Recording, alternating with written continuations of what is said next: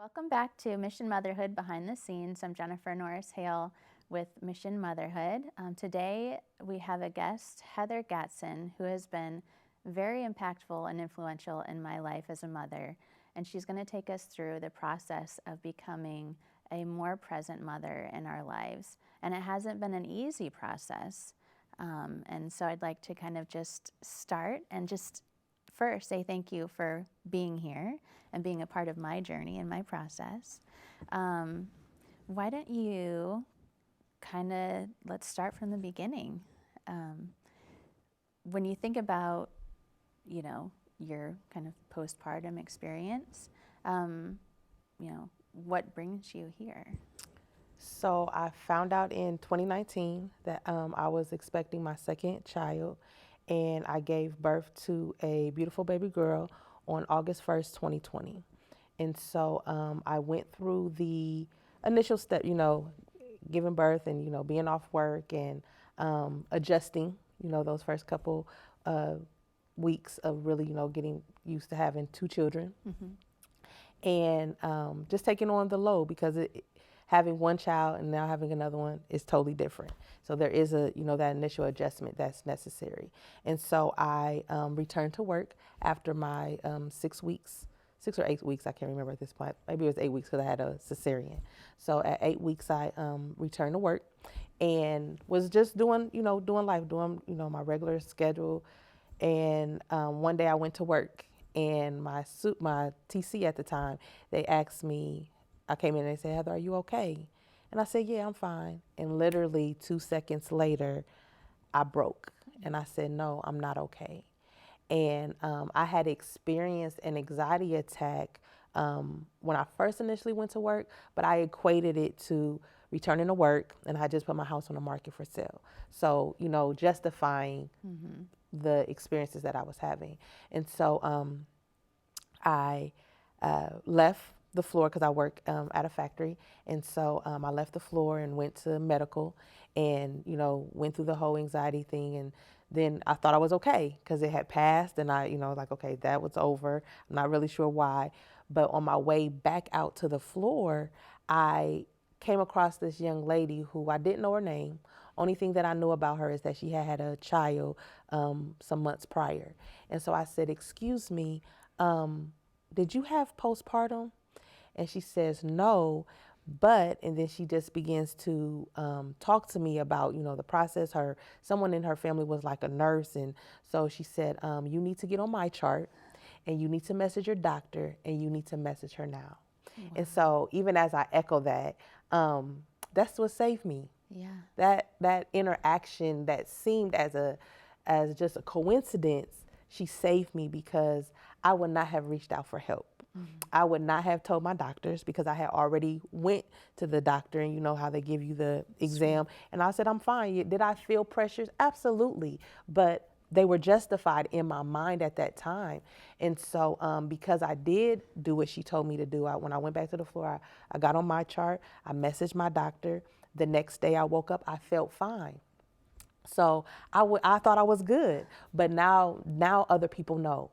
And so my doctor, she contacted me and said, come into the office. And I went in and she said, I want you to be honest. And I was honest on the exam and I was declared to be going through postpartum. And so that was my first step of saying, I'm not okay. And then, I always say that this journey has steps. And so not only was it the first step was to say, I'm not okay. Then for me to say I'm not okay. Then it was for me to grow and say, it's okay that I'm not okay. It's okay because I didn't understand. And so a lot of times when I have the opportunity to share my story and to share about my journey, I give the illustration of how it's like seeing me going down the street, dragging this couch. And you're like, I'll help you. And I'm like, no, I got it. I got it. I got it. I got it. Because I'm conditioned and I've been trained to have it, to handle it, to be this strong person. But what do you do when you can't have it anymore? What do you do when you no longer can handle the weights of life and you're challenged? And so I was in that place, a very raw, a very vulnerable place to where I didn't have it. I could not keep the pieces together, and I didn't understand. I did not understand. So as I began to walk this thing out and began to acknowledge, the steps of I'm not okay. It's okay that I'm not okay, and then to learn that the skill of checking in on yourself and what that looks like, and then to say I'm not well. I'm not well today. And then even as I began to get better, to adapt the language of, oh shoot, sorry. No, you're fine. Let me back up. Okay, so learning to check in on myself and saying that I'm not well today. And then lastly, even as I did begin to get better, to begin to say I'm better, but I'm still recovering, because it's a process. Yeah. So though light begins to come, and though it's like the sun rising, but it hadn't rose all the way up to where it was at its peak. Yeah. And so as the light and the sun in my life began to rise in my healing journey, I was still in recovery. And so I still had to give myself grace, and I still had to give myself the space to not have a good day, or to say I'm not well today. Yeah. So I think it's important too. I mean, as you're saying that it is a process, recovery itself is a process. And so some days, we always have to remind ourselves or just acknowledge that there's ups and downs. It's not overnight, like 2 steps forward, 1 steps back. And when we first met, your analogy with the couch and dragging it down the street is something that I've thought of myself often. But again, with the sunrise too, like it is a process, and we are in recovery when we go through these traumatic experiences, or you go through an experience that you never anticipated. You have to have the support around you and the awareness to say, okay, how can I become myself again? How can I show up for myself again? And there's a lot of layers in that. And so at what point, so you had mentioned your coworker, had you ever seen her again at that point? Afterwards, because after that, once I went to my doctor, they took me off work. So I was off work for 8 months. Wow. So it was a for real process. It was traumatic trauma, a journey. So I had a lot of time off work. But once I went back to work, I had an opportunity to go to her and thank her, because something that she thought was very casual, like I said, that saved me. That saved me. Yeah. So when you talk about, and that's amazing, kudos to this person just stepping up. Her name is Elizabeth, by the way, so thank you, Elizabeth. Thank you, Elizabeth. We talk about when you're kind of in your deepest or your darkest or most isolated moments, and you reach out for help, you never know who's going to show up. And that could have been anybody, and just grateful for strangers, in my story as well, who showed up, and I didn't even anticipate, but that's what I needed at that time, somebody to say, how are you doing? Well, you're not okay, so let's make this better. So when you talk about the steps and the healing process, so can we learn a little bit more about what the healing process was for you? So what I've come to gather since going through all of this is that we always hear the phrase that time heals all wounds. And I believe that if time is the only element that you have, then you may not heal properly, and you may not heal to wholeness for your next season. Healing involves many elements that collaborate together for your healing. And so it's not just time. You have to, first of all, you have to choose to show up. One of the things that when I did get connected with Mission Motherhood was that I told myself I would show up as my true, authentic self each day. That was a promise and a vow that I made to myself. And so you ladies were able to see me at great days, at low days, at distraught days where I just might have cried the whole entire conversation. But I was myself, and I was true, and I was authentic. And I think that is an element that is imperative, to not just be, but to be present as in your truth. whatever it is. And part of that healing process, it does include community.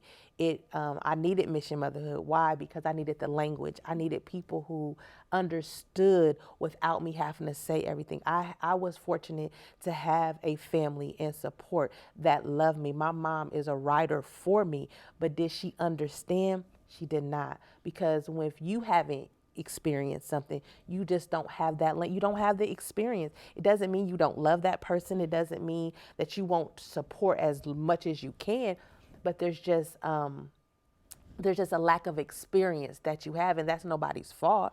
But you need to be able to connect with people who speak your language in whatever situation that you're going through. And so for me, having those layers, having all these different components that have come together to aid me in my healing process. So I needed my own truth. I needed Mission Motherhood. I needed my family. I needed time. I needed language. I needed perspective. And I know I said it, but just the mere fact of just having that, the audacity to be true to yourself, the audacity to show up and say, hey, I'm not okay. Like, I know it might sound minimal, but it's everything. Like that first step, if you don't take it, then you don't get all the other things that come behind it. I didn't even know that Mission Motherhood was an option. But by me owning my truth, then all these other doors began to open as I began to take one step at a time. So it's because so often, even as moms or new moms or however, whatever stage we're in, if we're not taking care of ourselves and showing up for ourselves, then we're not going to be able to take care. I mean, we do take care of our children, but to be present with them, and to have, No, I'm sorry. No, you're fine. You go. And like you said, we show up, but are we our best selves? And so many times within society and within our culture, we think that we're serving people when we're denying ourselves. And I'm keen on always saying you cannot pour from an empty cup. And matter of fact, I've now adapted that. I'm not pouring from my cup. I will serve from my saucer. Because I'm not even supposed to be in a place of depletion. And so I've learned, even within this journey, the language of when to serve and when to sit. And so that also goes where my yeses go and where my nos go, because today I need to reserve this for me, because I'm now pouring for myself. I'm getting frustrated. I'm depleted. When I check in on myself, I'm tired. So that means I do not need to be in a place of service. I need to be in a place of sitting and getting restored for what I need, so then I can properly serve everything else around me. I had an opportunity to share this, and it's like so many times we have all of these titles and mantles that have responsibilities attached to them. But at the end of the day, when we're born into the world, we're born as a son and as a daughter. And those two places, a lot of times we neglect them in servitude of all these other titles, but you always got to get back to who you are. And so if we can always just remember that, have I served myself? Who I truly am, how full is she or how full is he? I know we're talking about women, but it's just as our person, our being. And if that place can remain full, if that place we can always check in to see how am I, then I will be able to know how effective I can be to serve those around me. I always talk about, like, oh, my cup runneth over, my cup runneth over. Like, I'm just so full of gratitude. But but when you're saying, like, well, if I'm not if I'm not full of self-care or self-awareness as well, then, how can you kind of like be in the service of others? And you had also mentioned being a servant leader. And so that kind of just goes along with the, piece of it. So what are some measures or, kind of, again, in this process of helping a mom to recognize that she needs help or to recognize that she's not okay, and then to be proactive, I guess, in supporting herself?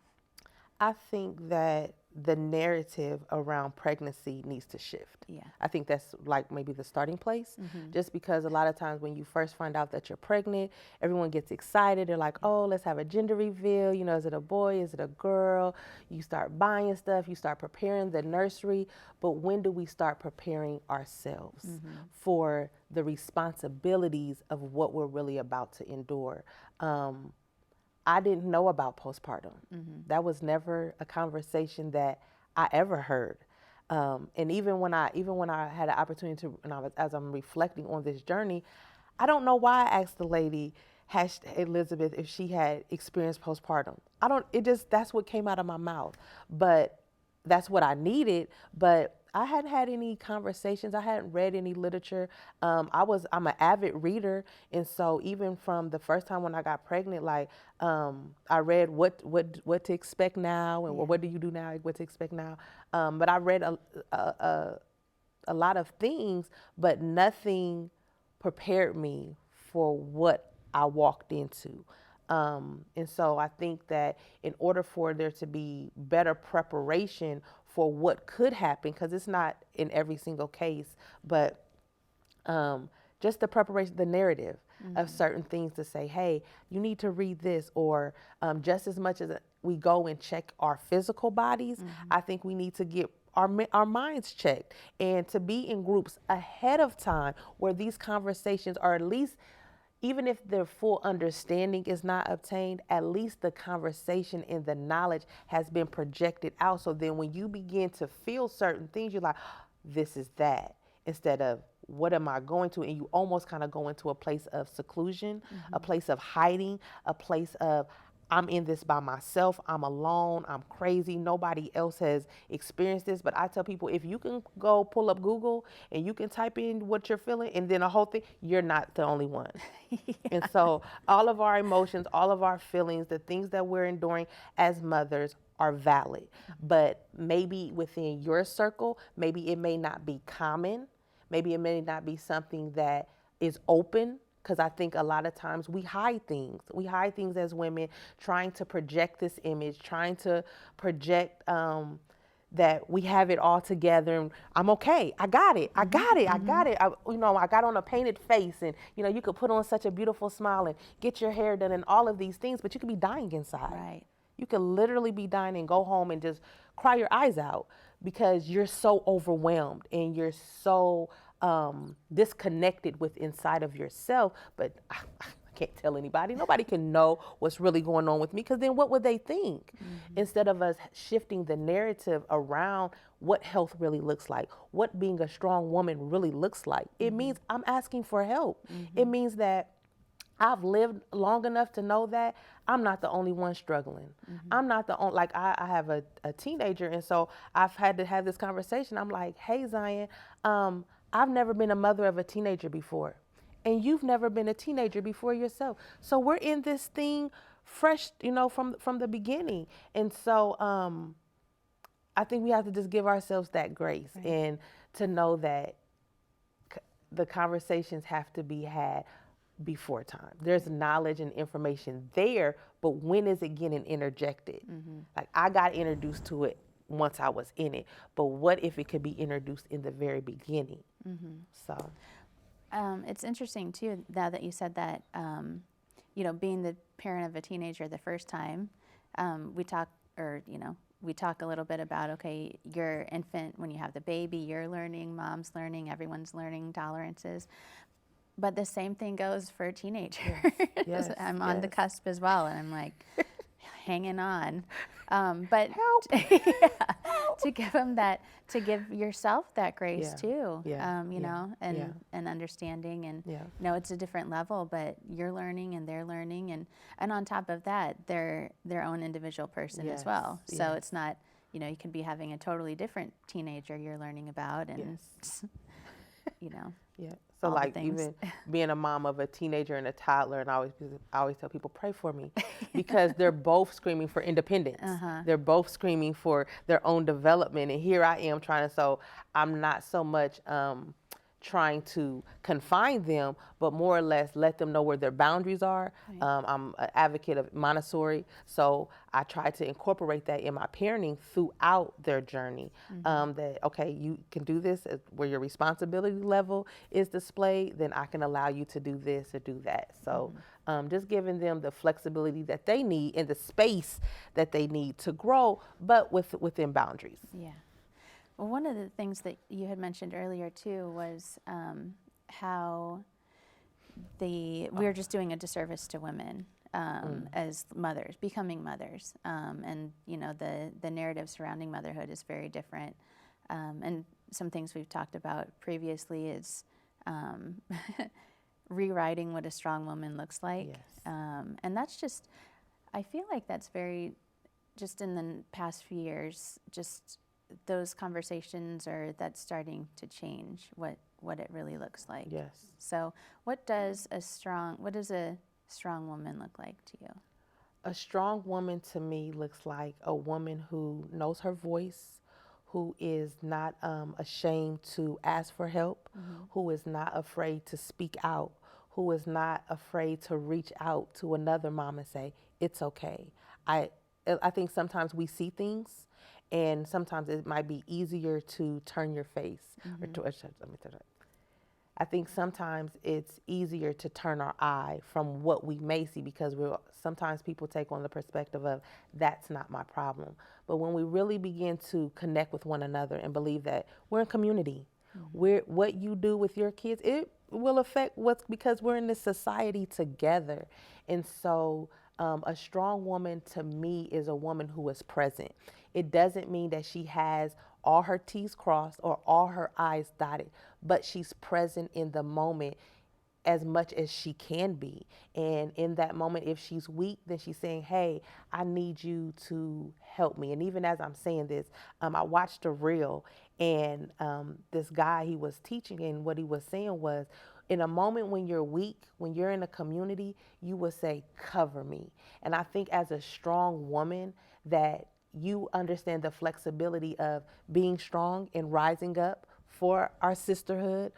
And also when I'm weak, that I can be vulnerable enough that you're going to cover me. So when I think of what a strong woman is, it's not this independent soldier with all of these bags and all of this stuff, and yep, I'm carrying it, and what is the reward of that? Only to enter into another season where you're weak, where you're broken, where you may want to give up on life. And that's not what we're created for. We're not created as women to bear all of these weights. I believe in community. That's part of the language that I've adapted within this journey, is that we are created for community. We are created to connect. We are created to collaborate, because we're stronger together. If I have weaknesses, which I do, and you have weaknesses, which you do, but my strengths cover your weakness and vice versa, then when we collaborate together, everything's covered. Are there weaknesses? Absolutely. But now, because we've learned how to work together and not, what's the word I want to use? Not diminish or not have an appreciation for one another, now we get to have something that none of us could have ever had. Yeah. So when I think of what a strong woman is, that's what she looks like. I'm gonna have to cut it. I can't. I'm sorry. Like, you're like, every single time I apologize that we have to like cut, but seriously, like you did set, like, what? Okay, it's a wrap. How do you cut? This is work. I know it might sound like it's just going up, but y'all, I was off for 8 months. Yeah. And I still am doing work. I Yeah, still am no. listening. I still, like I even told you when we had met at the cafe, just about how I seen a mom in the Yeah. store, and I just was able to but Reach out, because of yeah. what I've read and because of what I experienced, and she, she just, and she relaxed in the moment. Yeah, So yeah. just giving each other those passes, and when you learn it, you don't hoard it. You Yeah. turn around and you share it so somebody else can grab a hold of it. I may be able to articulate certain things, but I want someone to be able to take my words and take my experience and say, I'm gonna hold on to that. That's my hope. That's something I can grab onto, that maybe they weren't able to formulate the words, but that's the beauty of when you go through something and you get to the other side, is that you then get to turn around, which I didn't see that when I went through my lowest points. I didn't see the beauty moments. I didn't see the moments of being able to formulate my experience when I felt so discombobulated and so fragmented and so broken. I never seen opportunities like this. I never seen an opportunity to reach out to the lady in the store that I don't know her name, but she just needed some grace that day. Yeah. She needed to know that you're not alone. And just because we see each other in the stores without our kids, we know what that's like. We know what it's like to have a child that, and I'm always telling people, I'm like, kids aren't meant to go in the store and not touch anything. Yeah. It's a whole new world to them. Like, they're just like, oh my God, and don't you touch anything. Don't you ask for a candy bar. Well, what? Why? Why not? They're a kid, of course they're going to.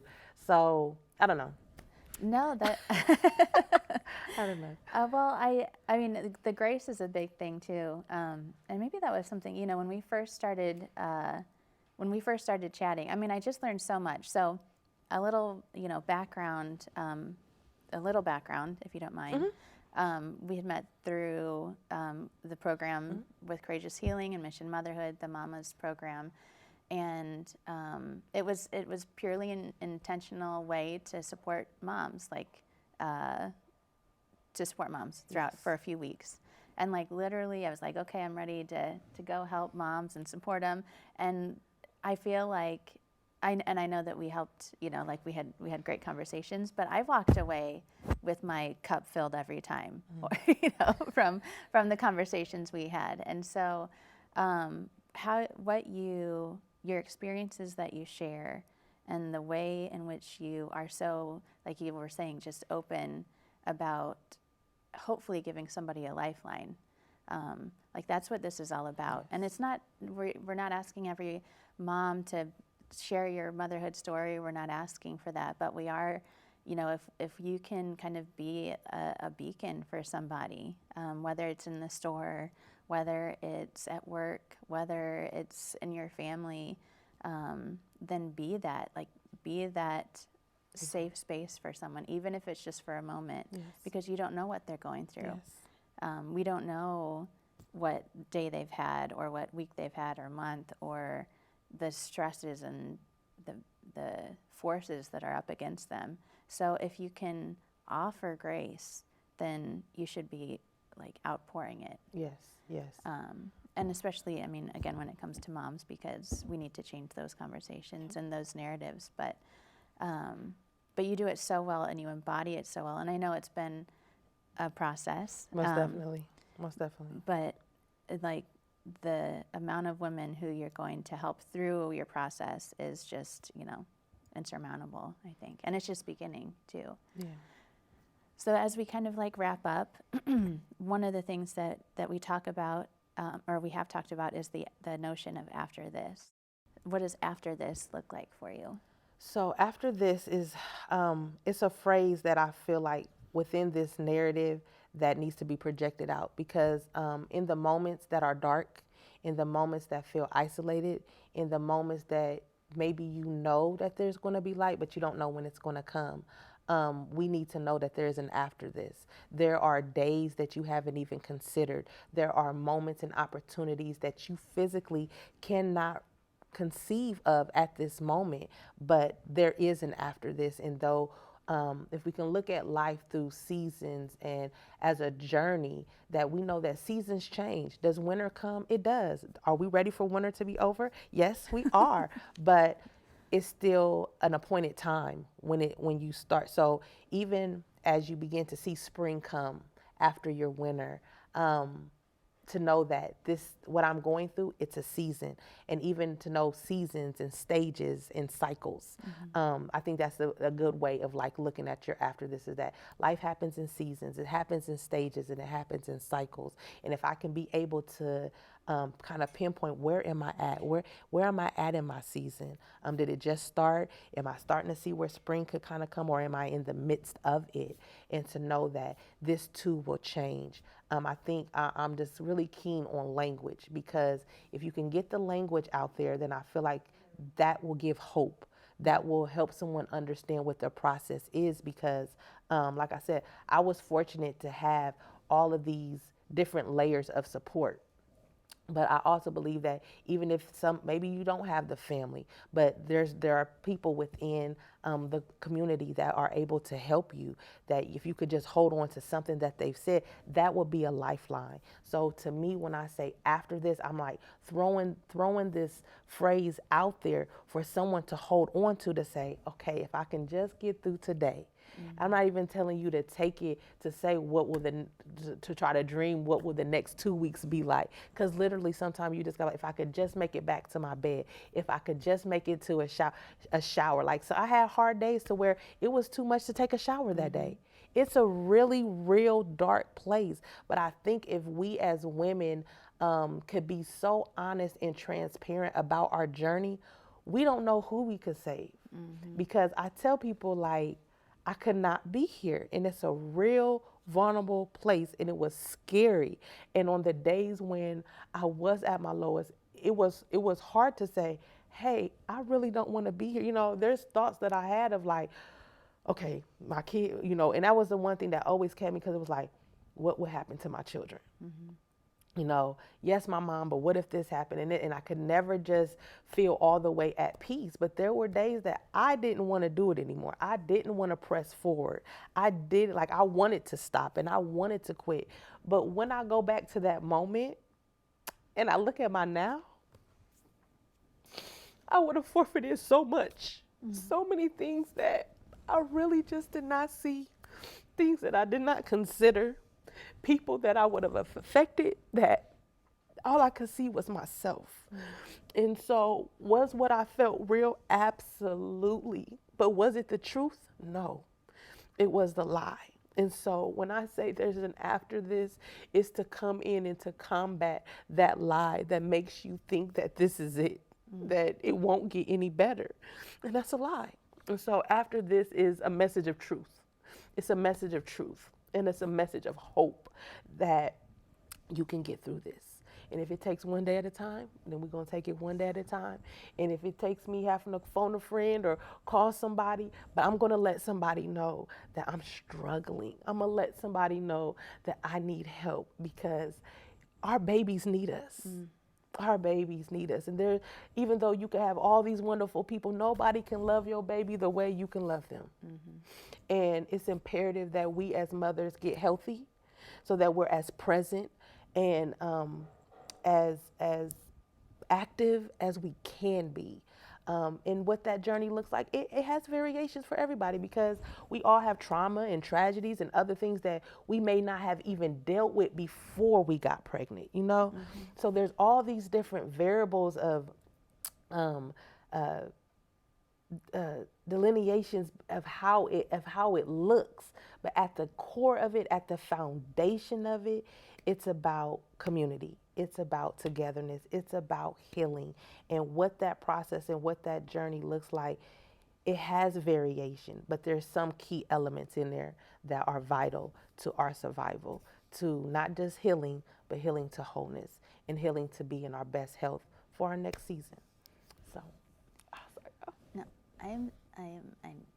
I'm so glad that you are here and like with us today. I need your hand. Because sometimes people see you in your now. Yeah. But it's hard. Yeah. And it was real. And when I look back at all the different things that I was fortunate in, relationships that I've been fortunate to connect with, I'm so grateful.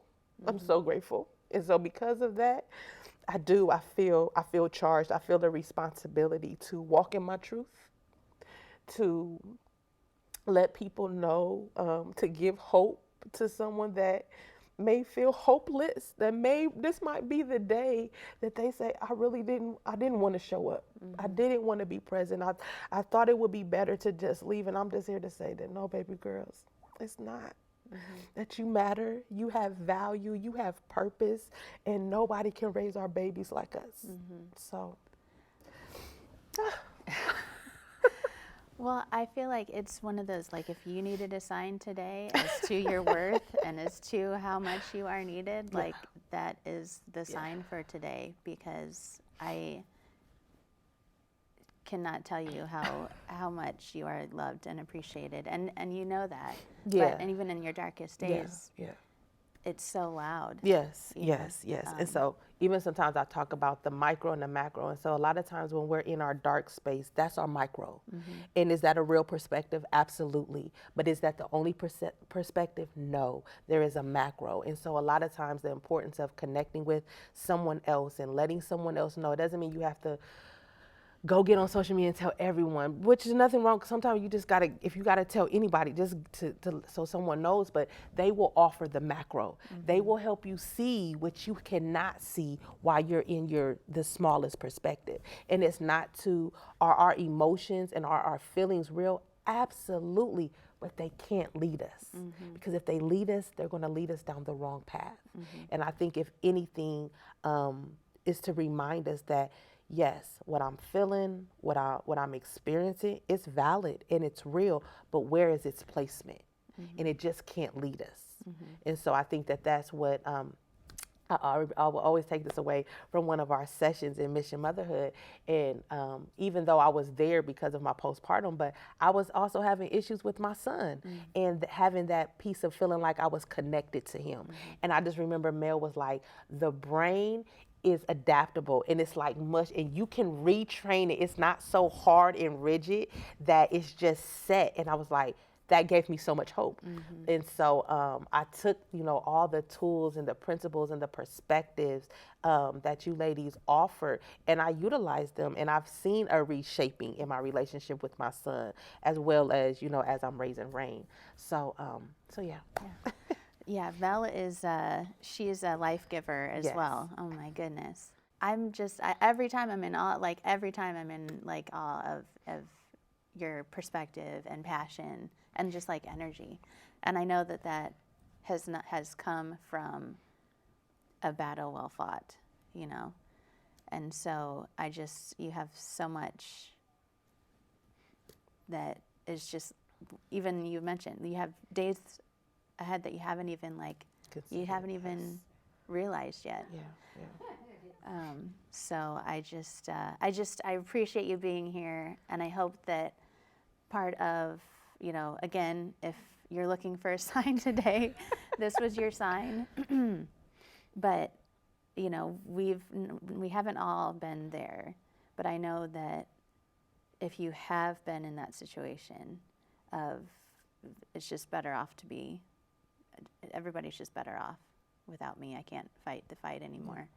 Please know that you're not alone, that there are resources, that there are people available. We'll have resources for you as well, and that there are days ahead. My mom just mentioned it yesterday. When she was going through a hard time, her grandma told her, there are good times that are meant just for you. And that is just, that's for everyone. Yeah. So I appreciate you coming here and sharing and just being a light for others. And my cup runneth over. So I want to just say thank you. Yeah. Thank you always for your yes. Thank you for Mission Motherhood. It was a vital tool in my survival, and I know I won't be the only one to benefit from that. So I just wanted to always let you know that I'm grateful for you, and that wherever I go, I take you and everything that you said yes to with me. So it's a relationship that I'm always grateful for. Likewise, and I appreciate that very much. So thank you so much. Yeah.